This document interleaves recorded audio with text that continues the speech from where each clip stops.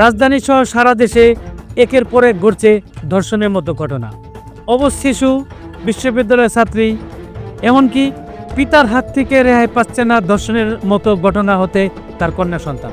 Police সদর দপ্তরের তথ্য বলছে, অর্থযুগে সারা দেশে 40,882টি ধর্ষণের মামলা হয়েছে। অর্থাৎ গড়ে প্রতিদিন বাংলাদেশে 19টি ধর্ষণের মামলা রেকর্ড করা হয়েছে।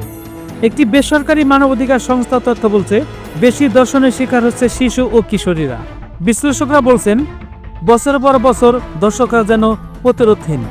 নারী ও শিশুর প্রতি সহিংসতা এবং ধর্ষণ মামলার বিচারে অপরাধী সর্বোচ্চ শাস্তি মৃত্যুদণ্ডের বিধান করার পরও এসব অপরাধ নিয়ন্ত্রণ আনা যাচ্ছে না। মাঝে মধ্যে সংগঠিত ধর্ষণের ঘটনায় ফুসে উঠছে বিভিন্ন শ্রেণী পেশার মানুষ।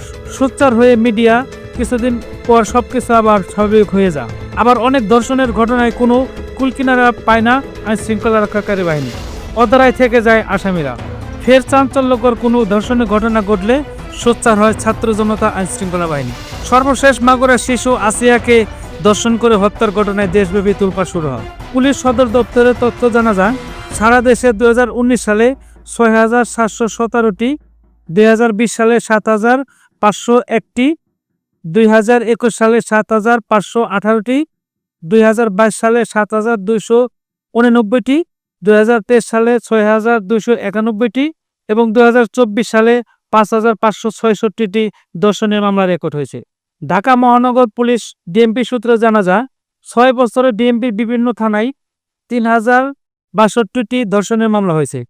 এর মধ্যে 2019 সালে 578টি, 2020 সালে 559টি, 2021 সালে 546টি, 2022 সালে 497টি, 2023 সালে 486টি এবং 2024 সালে 386টি।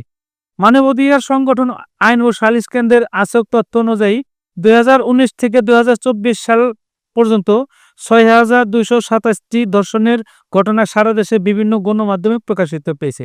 এর মধ্যে 39% বয়স 18-র নিচে। ধর্ষণের অধিকাংশ ঘটনা গণমাধ্যম প্রকাশ পায় না। মানবাধিকার কর্মী ও আইনজ্ঞরা বলছেন, বিচারের দীর্ঘসূত্রতা এবং অনেক ক্ষেত্রে বিচারহীনতা সংস্কৃতিই ধর্ষণের উৎসাহিত করছে। ধর্ষণ প্রতিরোধের আইনের সঠিক প্রয়োগ হচ্ছে না। মনোবিজ্ঞানীরা বলছেন, মানসিকভাবে বিকৃত অসুস্থরা ধর্ষণে জড়াচ্ছে। মানবাধিকার সংগঠন আইন ও সালিশ কেন্দ্রের আশক চেয়ারপারসন অ্যাডভোকেট জেড আই খান পান্না বলেন, ধর্ষণ মূলত ভিকটিম ও তার পরিবারের জন্য একটা লজ্জাজনক ঘটনা। সামাজিক, আর্থিক ও ধর্মীয় সবকিছু মিলেই প্রতিকূল অবস্থার ভেতরে ভিকটিমের মামলা দায়ের পরিচালনা করতে হয়। মাঝে 2 ফিঙ্গার টেস্ট ছিল, সেটা আমরা রিট করে বাতিল করেছি। এখনো ডিএনএ টেস্ট, মেডিকেল রিপোর্ট এসব মানদাত্তার আমলের সিস্টেম রেখে ভুক্তভোগী সঠিক বিচার পায় না। যেমন একজন বিবাহিত নারী যদি ধর্ষণের শিকার হন, তার ক্ষেত্রে মেডিকেল রিপোর্ট দেবে সেক্সুয়াল হ্যাবিচুয়েট। দর্শকের দৃষ্টান্তমূলক শাস্তি দেওয়া হলে এর প্রতিরোধমূলক ব্যবস্থা যদি থাকে, তাহলে ধর্ষণ কমবে বলে মনে করেন তিনি। উল্লেখ্য, গত 5 মার্চ রাতে মাগুরা শহরের বোনের শ্বশুরবাড়িতে বেড়াতে গিয়ে 8 বছর শিশু ধর্ষণ শিকার হয়। 8 দিন মৃত্যুর সঙ্গে লড়ে তারা এই মার্চ পৃথিবীকে ধিক্কার জানিয়ে চিরে বিদায় নেয় শিশুটি। এর আগে 2022 সালে 5 জানুয়ারি সন্ধ্যায় রাজধানী কুর্মিটোলা বাস স্ট্যান্ডের পাশে ঢাকা বিশ্ববিদ্যালয় এক ছাত্রী ধর্ষণের শিকার হন। অজ্ঞাত এক ব্যক্তি তার মুখ চেপে ধরে সড়কের পেছনে নির্জন স্থানে নিয়ে ধর্ষণের পাশাপাশি নির্যাতন করে। 2016 সালের 20 মার্চ রাতে কুমিল্লা ভিক্টোরিয়া সরকারি কলেজের ছাত্রী ও নাট্যকর্মী তনুর লাশ কুমিল্লা সেনানিবাসের জঙ্গল থেকে উদ্ধার করা হয়। তাকে ধর্ষণের পর হত্যা করা হয় বলে অভিযোগ পরিবারে। এর ধর্ষণ ও হত্যার ঘটনায় তখন সারা দেশে প্রতিবাদের ঝড় ওঠে, কিন্তু আজও তনু হত্যাকারীদের খুঁজে পায়নি পুলিশ। ঢাকা বিশ্ববিদ্যালয়ের মনোবিজ্ঞানী বিভাগের শিক্ষক অধ্যাপক ডাক্তার কামাল উদ্দিন বলেন, যারা এ কাজ ধর্ষণ করছে মানসিকভাবে বিকৃত, অসুস্থ, তাদের মানসিক ডেভেলপমেন্ট ঠিকমতো হয়নি। এছাড়া দেশে ড্রাগের অর্থাৎ মাদকের উপর কোনো নিয়ন্ত্রণ নেই, এখন তাদের নাগালের মধ্যেই পাওয়া যায়। এসব খেয়ে মানুষের মধ্যে যে এডিকশন হয়, তখন মানুষের বাস বিচারের কোনো ক্ষমতা থাকে না। এই ড্রাগ নিয়ন্ত্রণ করতে হবে।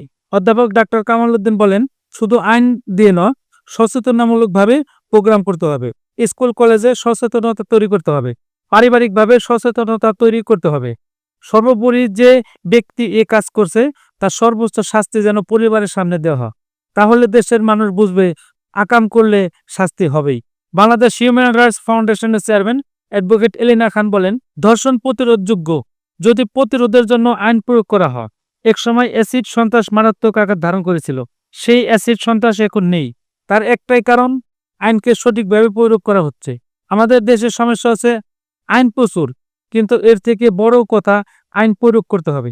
যে আইন আছে সেটি যদি সঠিকভাবে প্রয়োগ হয়, বিচারের ব্যবস্থা যদি সঠিকভাবে সঠিক সময় হয় এবং দৃষ্টান্তমূলক শাস্তি হয়, দর্শককে যদি তাৎক্ষণিক গ্রেপ্তার করা হয়, তাহলে ধর্ষণ কমানো কঠিন কোনো ব্যাপার না।